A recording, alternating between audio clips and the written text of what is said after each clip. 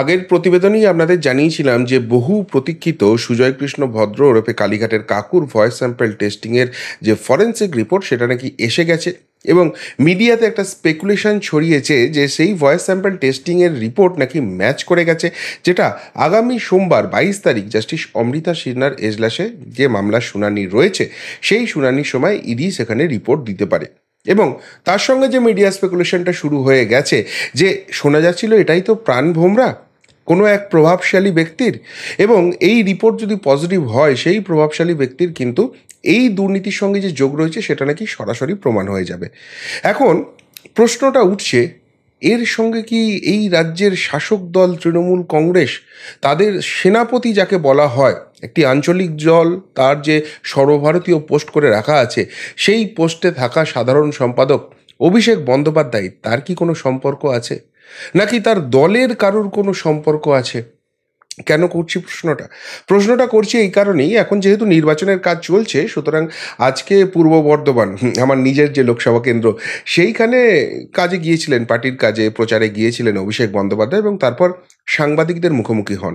সাংবাদিকরা সরাসরি তাকে এই প্রসঙ্গে প্রশ্ন করেন, আর প্রশ্ন করতেই তিনি মেজাজ হারালেন, পাল্টা তিনি খাপ্পা হলেন সাংবাদিকদের উপরে এবং সাংবাদিকদের শিখিয়ে দিলেন কিভাবে সাংবাদিকতা করতে হয়, তারা কোন কাজটা করছে, কেন করছে, আর কোন কাজটা করছে না কেন করছে না সেই নিয়ে তিনি সবক শেখালেন।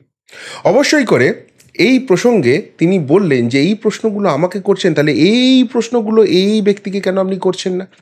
আচ্ছা, এই অভিষেক বন্দ্যোপাধ্যায়কে যদি আমি এখন শেখাতে চাই রাজনীতিটা কিভাবে করতে হবে, আপনি এই কথাটা বললেন কেন, আপনি এই কাজটা করলেন না কেন? অভিষেক বন্দ্যোপাধ্যায় মেনে নেবেন তো? নেবেন না। সুতরাং সাংবাদিকদের কাজটা করতে দিন, কিন্তু করতে দিচ্ছেন না তিনি। তিনি বললেন যে কিছু প্রশ্ন এইগুলো কেন আপনি করছেন না এই ব্যক্তিকে। আজকে অভিষেক বন্দ্যোপাধ্যায়কে বেশ কিছু খোলা প্রশ্ন করব। দেখি তো অভিষেক বন্দ্যোপাধ্যায়, আপনি এত বড় নেতা, একটা দলের সেনাপতি, আপনি নাকি একাই মোদি অমিত শাহকে গুঁড়িয়ে রেখে দিয়েছেন, তাদের মতো নেতৃত্ব যারা গোটা ভারতবর্ষকে একটা সামনে থেকে নেতৃত্ব দিচ্ছেন, আপনাকে দেখে তারা নাকি ভয়ে থরথর করে কাঁপে। তো সেই রকম একজন মহান ব্যক্তিকে আজকে আমি বেশ কিছু খোলা প্রশ্ন করব, আপনার সাহস হবে তো সেই প্রশ্নগুলোর উত্তর দেওয়ার? আপনি তো সাংবাদিকদের শেখালেন যে তারা কেন এই প্রশ্ন করছেন না, এবার এই প্রশ্নগুলোর উত্তর আপনি দিন আমাকে। তবে তার আগে অবশ্যই করে দেখাবো কিভাবে তিনি মেজাজটা হারালেন, আর সেখান থেকেই অনেক প্রশ্ন উঠতে শুরু করেছে। কি প্রশ্ন সেগুলো অবশ্যই নিয়ে আসবো আপনাদের সামনে, শেষ অবধি দেখুন এই প্রতিবেদন।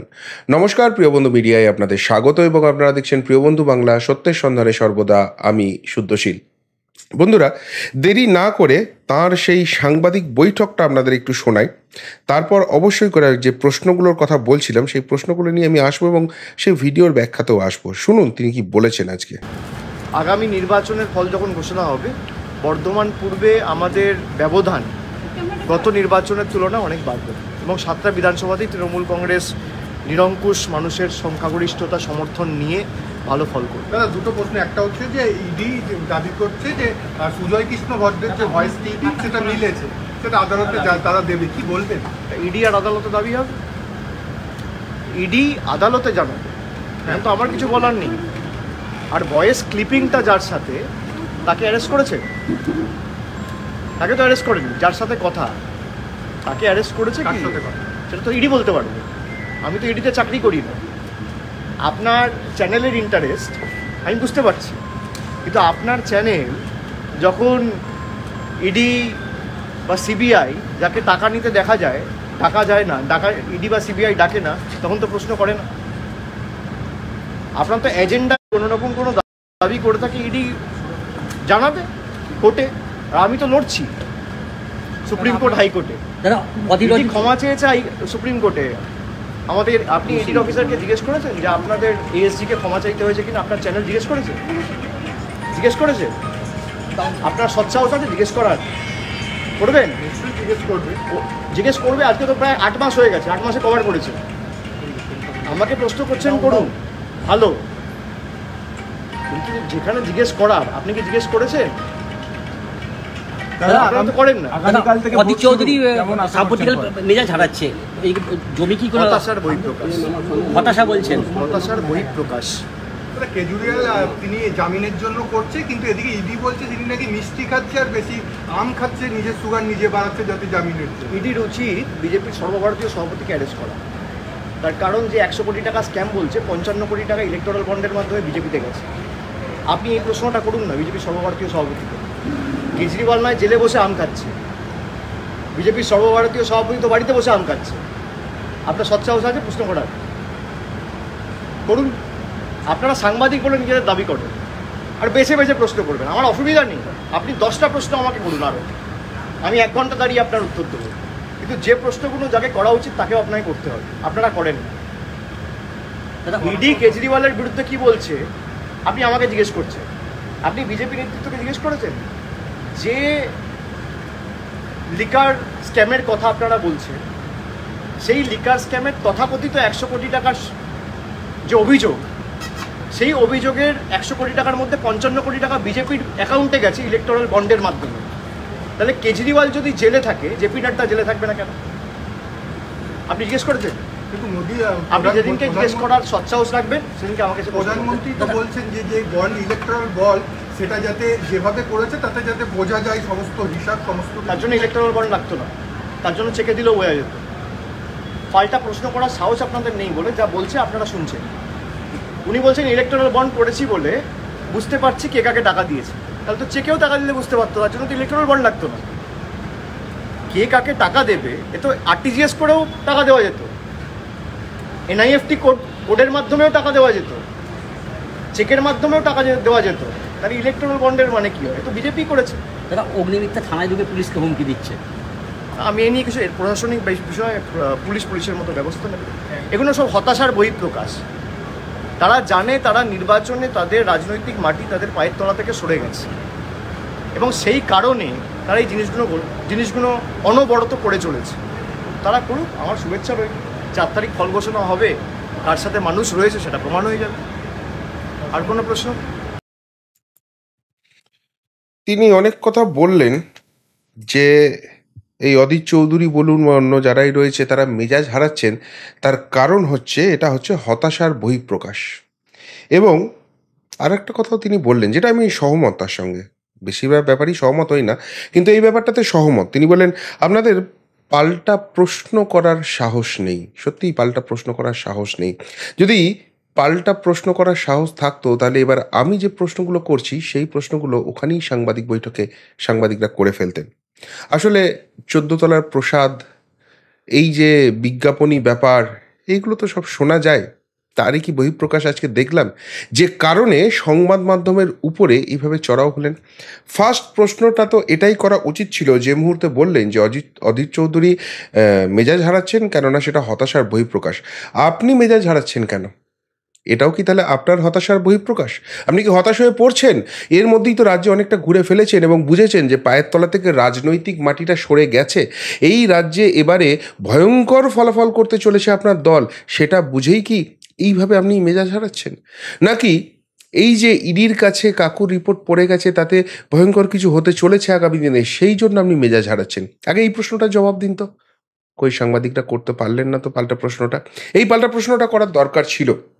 তার সাথে সাথে যে পাল্টা প্রশ্নগুলো করার দরকার ছিল সেটা হচ্ছে যে আপনি এই একটি কোম্পানি রয়েছে লিপস অ্যান্ড বাউন্ডস বলে, যেটা ইডি তদন্ত করছে বলে সামনে এসেছে, তাদের প্রেস রিলিজে সামনে এসছে। তার আগে এই কোম্পানির আপনি যে সিইও, এটা তো মানুষের সামনে নিয়ে আসেননি। আপনি তো নির্বাচনে লড়েছেন, সেখানে তো কোনো কিছু লুকোনোর কোনো জায়গা নেই। তাহলে আপনি এই তথ্যটা লুকিয়েছিলেন কেন? এই প্রশ্নটা তো করা উচিত ছিল তাকে। আপনি এই লিপস অ্যান্ড বাউন্সের তথ্যটা লুকিয়েছিলেন কেন? এই বারবার আপনার দলের যে বিশাল একটা প্রচার বাহিনী রয়েছে তারা প্রশ্ন করে যে নারদা সারদা নিয়ে ইডি সিবিআই কিছু করতে পারেনি, সেই জন্য এই যে বিভিন্ন দুর্নীতি, ক্যাশ ফর জব, এই যে স্ক্যামটা রয়েছে, দুর্নীতি তদন্ত হচ্ছে, সেটা নাকি বন্ধ করা উচিত। অথচ সেই তদন্তটা চলছে বলে আজকে বাংলার মানুষ জানতে পেরেছে এই লিপস অ্যান্ড বাউন্স বলে কোম্পানিটির কথা, এবং সেই কোম্পানিটি আদতে মালিক আপনি, সিইও আপনি, এই কথা জানা যাচ্ছে। তাহলে এই তথ্যটা আপনি লুকিয়েছিলেন কেন? কোন ইন্টারেস্টে?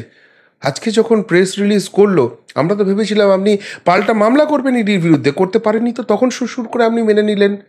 আপনার পিসিমণি মাননীয় মুখ্যমন্ত্রী তখন মেনে নিলেন কেন? তার আগে কেন সামনে আনতে পারেননি? এই পাল্টা প্রশ্নটা করা উচিত ছিল। জবাব দেবেন এবার? আমরা করছি পাল্টা প্রশ্ন আপনাকে। 2 নম্বর, এই কোম্পানিতে ডুবিয়াস ট্রানজাকশন হয় বলে ইডি জানিয়েছে এবং সেই ডুবিয়াস ট্রানজাকশনের সঙ্গে যুক্ত থাকার জন্য আপনার কোম্পানির আপনার অধীনে থাকা COO chief operating officer Sujoy Krishna Bhadra ওরফে কালীঘাটের কাকু তিনি গ্রেপ্তার হয়েছেন। CEO হিসেবে আপনার তো দায়িত্বের মধ্যে পড়ে। এই ডুবিয়াস ট্রানজাকশন হলো কি করে তার জবাবদিহি মানুষকে করবেন? কেন দুর্নীতির সঙ্গে আপনার কোম্পানির নামটা জড়ালো মানুষকে জবাবদিহিটা করবেন? CEO হিসেবে দায়িত্ব নিন, পালাচ্ছেন কেন? আজকে CEO যখন অ্যারেস্ট হয়েছে আপনি তো কোম্পানির তরফে পাল্টা মামলা করবেন যে আমার কোম্পানিকে ফাঁসাবার চেষ্টা করা হচ্ছে, আমার কোম্পানির একজন আধিকারিক তাকে এতদিন ধরে গ্রেপ্তার করে রেখে দেওয়া হয়েছে, এটা অন্যায় হয়েছে। এবং সেই মামলায় আপনি জিতে জয়মাল্য পরিয়ে এই সুজয় কৃষ্ণ ভদ্রকে বার করে আনবেন, পারছেন না তো। তিনি জেলে দিনের পর দিন কাটাচ্ছেন। আর প্রশ্ন তাহলে আপনাকে ঘিরে উঠছে, CEO হিসেবে আপনি এটা কিভাবে এড়াচ্ছেন? 3 নম্বর, আপনি বললেন ওই কি লিকার স্ক্যামের টাকা তার 55 কোটি বিজেপির কাছে গেছে। প্রথমত এই কথা বলার জন্য তো আপনাকে হেফাজতে নিয়ে ইডি বা CBI-এর বা আদালতের এটা দায়িত্ব নেওয়া উচিত যে আপনি কি করে জানলেন 55 কোটি টাকা ওখানে গেছে। আর ধরে নিলাম আপনি বিশাল প্রভাবশালী, আপনি জানেন সমস্ত কিছু, কিন্তু আপনি যে লটারি কিংয়ের কথা বললেন না কেন? আপনি যে ইলেকটোরাল বন্ডের কথা বলছেন, তৃণমূল কংগ্রেস একটা আঞ্চলিক দল হয়ে কি করে এই 22টা না 23টা MP নিয়ে এত টাকা কি করে তুললো? কোন জাদু বলে? ইলেকট্রাল বন্ডটা এটা না করে ওইটা করলে ভালো হতো, এটা আগে বলেননি কেন? আজকে যে টাকাটা ধরা পড়েছে সেই টাকাটা মানুষের সামনে জাস্টিফিকেশন দিয়েছেন একবারও? এত টাকা তুললেন কি করে? কেন বেছে বেছে এত টাকা আপনাকে দিল? কোন ডিল হয়েছিল সেগুলো একটু তদন্ত করে দেখা হোক না এবার। নিশ্চয়ই বিজেপি নিয়ে কথা বলবো, কিন্তু তার আগে আপনি এই রাজ্যের শাসক দলের অন্যতম অংশ, আপনি সেই প্রশ্নটার উত্তর দিন। আপনার দল লটারি কিংয়ের কাছ থেকে এত টাকা পেল কি করে? পারবেন জবাব দিতে? সাংবাদিকরা করলেন না কেন পাল্টা এই প্রশ্ন? আপনি বলেন যে আপনারা নাকি মাটি মানুষের দল, আপনি জমিদার বাড়ির ছেলে বা বিশাল প্রভাবশালী। 2014 বা 2011 আগে তো জানতাম না। একটা TRP ছিল টালির চালার বাড়ি, কালীঘাটের খালের পাশে বাড়ি। সেই জায়গা থেকে আপনার যে সম্পত্তি, আপনি কথায় কথায় বলেন বিজেপি শ্বেতপত্র প্রকাশ করুক, আপনি শ্বেতপত্র প্রকাশ করে আপনার সম্পত্তির ডিটেল খতিয়ান মানুষের সামনে নিয়ে আসবেন? পারবেন? শ্বেতপত্রের কথা যে আপনি বলেন, শ্বেতপত্র আপনি প্রকাশ করুন না।